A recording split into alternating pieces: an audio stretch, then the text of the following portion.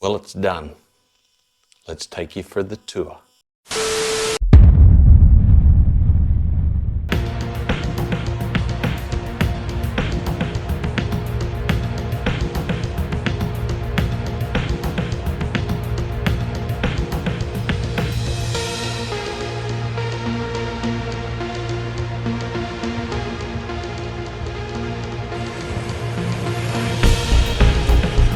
He's driving it, he's driving it!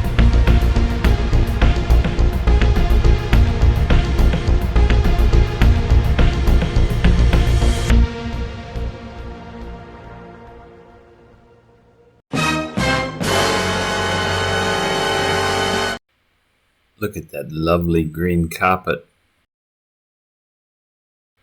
and wood rot and moisture damage, and oh my gosh, I got a lot of work to do.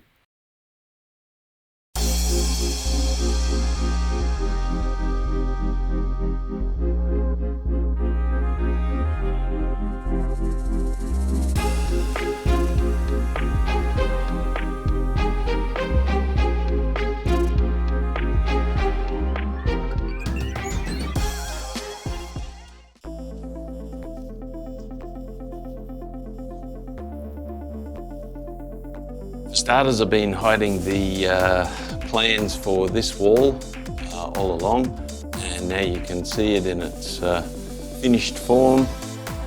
The room is almost 100% finished. There's a couple of little bits of trim to finish off, a couple of little bits of painting of trim to finish off, and some more blinds to hang when they come in because they're being custom cut.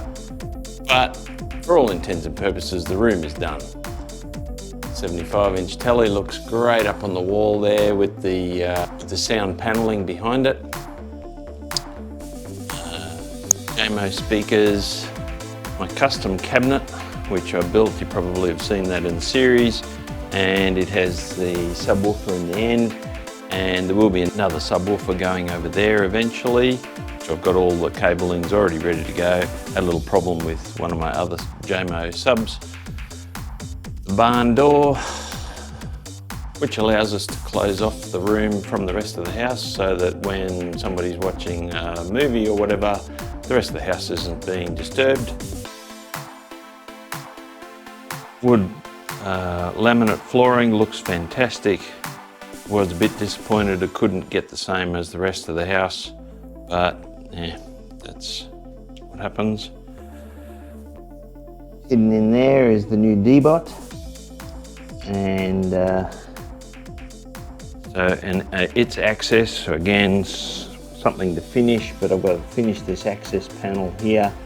At the moment it's just sitting there, of course, and that gives me access to the water, dirty water and clean water. Cabinet here for the PS and internet stuff, and that's just on magnetic latches.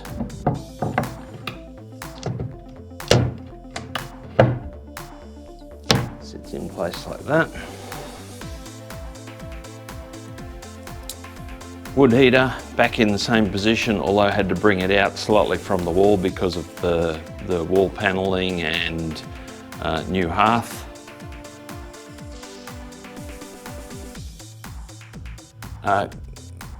Blinds just from Bunnings. They're the dual blinds, so you've got the daylight ones and then the blockout ones.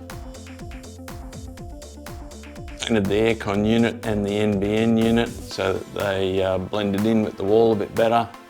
Ran the cabling for the surround sound speakers. Put in a couple of shelves, Tracy's plants. Still waiting for the custom cut blinds. There'll be a big one that goes across these three panels here, and then two individual ones for the door, very much like the individual one at the end, and have put fly screens on the outside, which the house never had fly screens. The other big thing, of course, was I've changed these doors to opening inwards. Shelf up there, a little bit of hardware to go back on the windows. Still got some painting to do outside of these windows. Getting smart home gear installed. This is a smart home smoke detector. And this is a smart home air conditioner controller, which I've had for quite a while.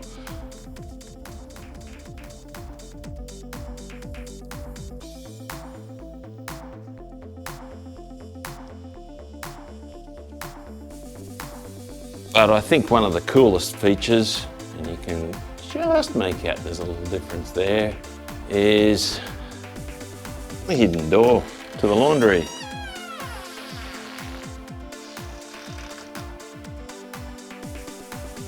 A bit of oil on the hinges. Still got a little bit of touch-ups to do up here. Had some issues with sheets that weren't exactly well fitted by the previous person who ever did it. And so a little bit of work there to do.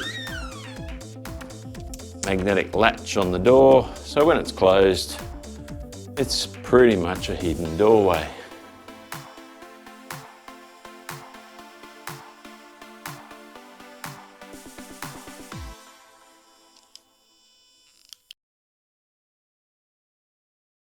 Let's talk about a Tassie beer in this wonderful day of I've finished something, yay!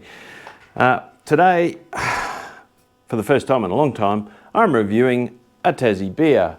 And this is the Albert Pilsener from the Albert Brewery here in Tasmania. The Albert Pilsener is a pale gold lager with a moderate hop bitterness and a dry finish. A classic, highly approachable Pilsner, 5.2% ABV. Happy Friday, been a while. Oh, that's a great Pilsener. Not too bitter, just the right amount of bitterness. And it does have a dry finish. It's really nice. Highly approachable. Hello, are you approachable? Hello. Yes, I am. That's a highly approachable Pilsener. Another great Tassie beer, I've got to say. That is really nice. All right, what do I give that out of my... How do I do this? It's been so long. Spanner scale. Let me take another drink. That's a solid 5 out of 5 spanners. I like it. All right, since I've shown you the renovations, let's go through the costs for starters. The renovation has taken me a lot longer than what it would have to pay someone to do it. However, I can't afford to pay someone to do it. This has been a more expensive room than what I thought it was going to be in material costs alone. But having said that, one of the largest costs, which I'll start with, was the slab. Now, being a converted garage, the slab in here was not originally at the same height as the rest of the house. So I shopped around, found a local contractor, Baxter's Concreting, thanks mate, and he came in and set it all up, and we actually added 220 mil to the slab height, which brought it in line with the rest of the house. The only minor negative is that the roof is slightly lower than the rest of the house. Being a garage, it was different to the rest of the house anyway. It's not an issue. I'm over 6 feet and I don't feel enclosed in it. It was one of the reasons why I ended up doing the square set edge rather than putting the moulding around the ceiling like the rest of the house. We've gone for a very modern feel. It kind of ties in with the kitchen. The kitchen's sort of a country modern. This is a modern home theatre type feel, and I'm really happy with the result, and so's the boss, which is the most important thing. All right, so getting down to costs. The slab cost me $3,500, which I think is entirely reasonable. I probably could have done it myself. Would I have done as good a job as a professional doing concrete slabs? I've done slabs before and they are notoriously hard to get nice and flat. And in this sort of room, you do want to have a nice it's not a shed. You know, if I was doing a slab in a shed, I probably wouldn't be too worried about getting it perfectly flat. But in a room where you're putting floating floorboards down, getting it flat was extremely important to me. So $3,500 in my cost. All right, the rest of it pretty much all came from Bunnings, which in Australia is our local big box store. And I'm really, really glad I bought shares in Bunnings a few years ago, because I've spent a lot of money in Bunnings. Gyprock, tape and mud and, you know, other bits and pieces that goes along with gyprocking was about $500. I did have some assistance. I was getting very frustrated. I'm not sure whether many of my audience have done gyprocking and mudding before. The hanging of the sheets is the easy part. The taping and the mudding and getting it flat and getting it nice so that it looks nice when you paint it is the challenging part.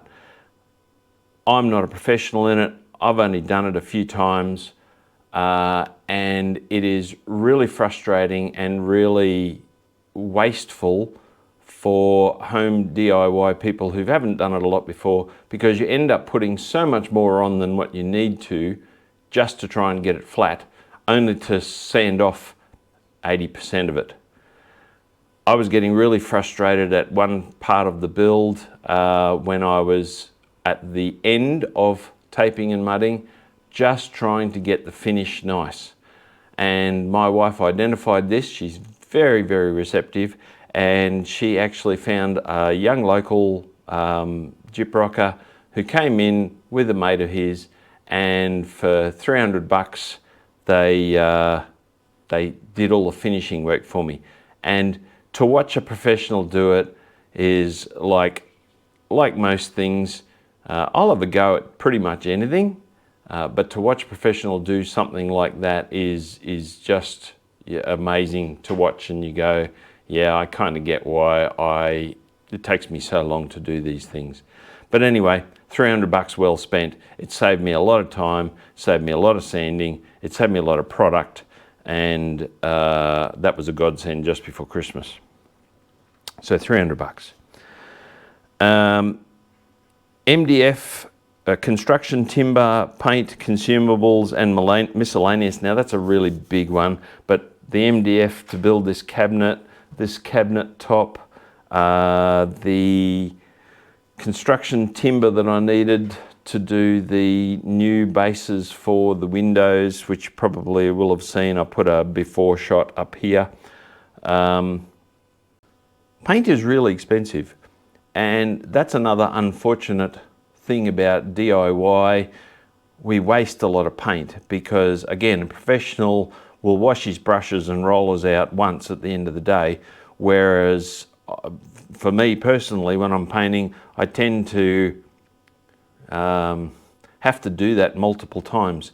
And even when you try and be as careful as you can to get the most amount of paint out of your rollers and out of your brushes, you're still wasting an awful lot of paint when you do that. Anyway, my point being is that paint's expensive. So the MDF to build the cabinet, I did have the legs left over from the kitchen build. Paint, consumables, construction timber, and miscellaneous, $1,000. The Premi panels, the sound panels behind on this wall, were not cheap. I could have done gyprock wall, painted it the same color, would have looked great, but this wall backs onto the laundry. So we wanted to have some sound deadening from between the laundry whenever the washer or the dryer is going, and also it helps to absorb some of the reflected sounds in a very big square box that this room is. It does need a little bit more sound engineering, I think you'd say, just to improve the acoustics of the room, to make it a better home cinema. But overall, I'm really happy with it. These panels were quite expensive, at around about $100 a panel, and so the acoustic sound panels were $900. The wood fire hearth Originally the wood fire, so we reused the same wood fire that was in the room originally. It was in very good condition and a very good quality one. It needed a little bit of a refurb and a repaint, which I've done, and it's come up like brand new. But the hearth that it sits on originally was bricks, which were the same type of bricks as the interior brick wall and what I removed from the kitchen, disgusting bricks. And so to buy a ready-made hearth, could I have done it cheaper? Yes, I could have, but to buy a ready-made hearth from Bunnings was expensive, $550. Flooring. Now, flooring was a bit frustrating. We were quite happy with the flooring, the floating floorboards that I've done throughout the kitchen, the hallway, and I have enough to do the dining room, the new dining room, the old lounge room. But I could not get any more of the same flooring. It is Tassie oak, in inverted commas, from Bunnings, and it was made in China. Now, this is one of the frustrations of these big box stores I've found, is that they often have things that are not continuously stocked or are limited run items. And that's exactly the case with this type of flooring. So unfortunately, I had to get a different type of flooring, which you probably will have noticed in the video. It is the same brand and style of flooring as the Tassie oak, but it's actually, it's called elk brown. And it's very nice. In fact, the wife and I actually prefer it to the Tassie oak laminate flooring for the rest of the house, but I can't afford to redo it the rest of the house, so that's it, it's done now. I guess it doesn't really matter because I did have to have a transition between here and the kitchen, and it is a separate room, and like I said, we've kind of gone for a modern theme in this room compared to the rest of the house, so we're not really upset about it. Yeah, you get over it. Flooring was quite reasonably priced, certainly much cheaper than putting down carpet, which we did think about doing for a lounge room, and probably acoustically carpet would have been better for a home theatre. But having said that, Maverick is an inside dog at night because of all the wildlife that we have on our property, and so he sleeps in the lounge room, and carpet's not good for a dog inside. So for our family and living areas, we're not going to have any carpet whatsoever. We're only going to have carpet in the bedrooms, which is still yet to come. So getting back to the cost, the flooring cost $590. The roller curtains. Now, curtains are one of those really frustrating things when you're doing renovations. Curtains can be insanely expensive. For example, we got a quote to do curtains for this room and the old lounge room, which is going to become the new dining room, and it was something like $3,500. Now, I'm a pensioner, I'm retired, I can't afford that, that's just ridiculous. So we went to Bunnings and we found these really nice roller curtains, which are dual block out and also have the lighter fabric for daytime use, for glare, etc. And they are very reasonably priced, and we had 3 windows, well actually 4 if you include the doors as being 2 separate ones, which had to be custom cut. They charge a cutting fee of $25 per roller blind, which you can do it yourself. I have tried it before. It's another one of those frustrating jobs that unless you get it perfectly right, they can fray on the edges and it's a pain in the neck. So for a total cost, for all of the windows in here, which I'm still waiting on, I'm still waiting on 3 custom cut blinds. They only usually take about a couple of weeks, which is very reasonable, I thought. So roller curtains cost us $650. Electrical is one of those things that I'm not going to talk too much about, given my background and experience in the aviation world. Suffice to say, electrical didn't cost me a huge amount of money. In supplies alone, I'm going to put down about $300. So that gives us a grand total for this room, mostly for materials, because the only labour I had done was the concrete slab and the young fellas to do the finish mudding, of $8,290. That's not a cheap living room as far as I'm concerned. And when you consider that the bulk of that is materials, my labour doesn't cost anything. Probably should cost it, but I'm retired, so this is why I can make a higher end, a higher quality room than what someone I could have afforded to pay to do the room. We wanted something nice, and I have a can-do attitude, I guess, and sometimes things take me longer, much longer than what a professional would do, but I end up with a 85–90% as good as a professional job, and probably most people wouldn't see where it's not quite as good. I'll see it, of course, like always. You see these things and you go, oh yeah, no, that's not right, and that could have done that a bit better. But at the end of the day, you look at the overall picture, you don't look down to the nitpicking level of individual things, and I'm really, really pleased with the way that the rooms come out. So to finish up, this has been a much longer FRIBAT than normal. I hope you've stuck with me. I am going to get back into the garage very soon. I've got to do a long-awaited clutch change in Natasha, and so there will be some more car content coming. But you also have to understand, I have to balance that with keeping the missus happy, and renovations are extremely important to us to make this house our own. Anyway, hope you enjoyed that. Thanks for watching. Happy Friday.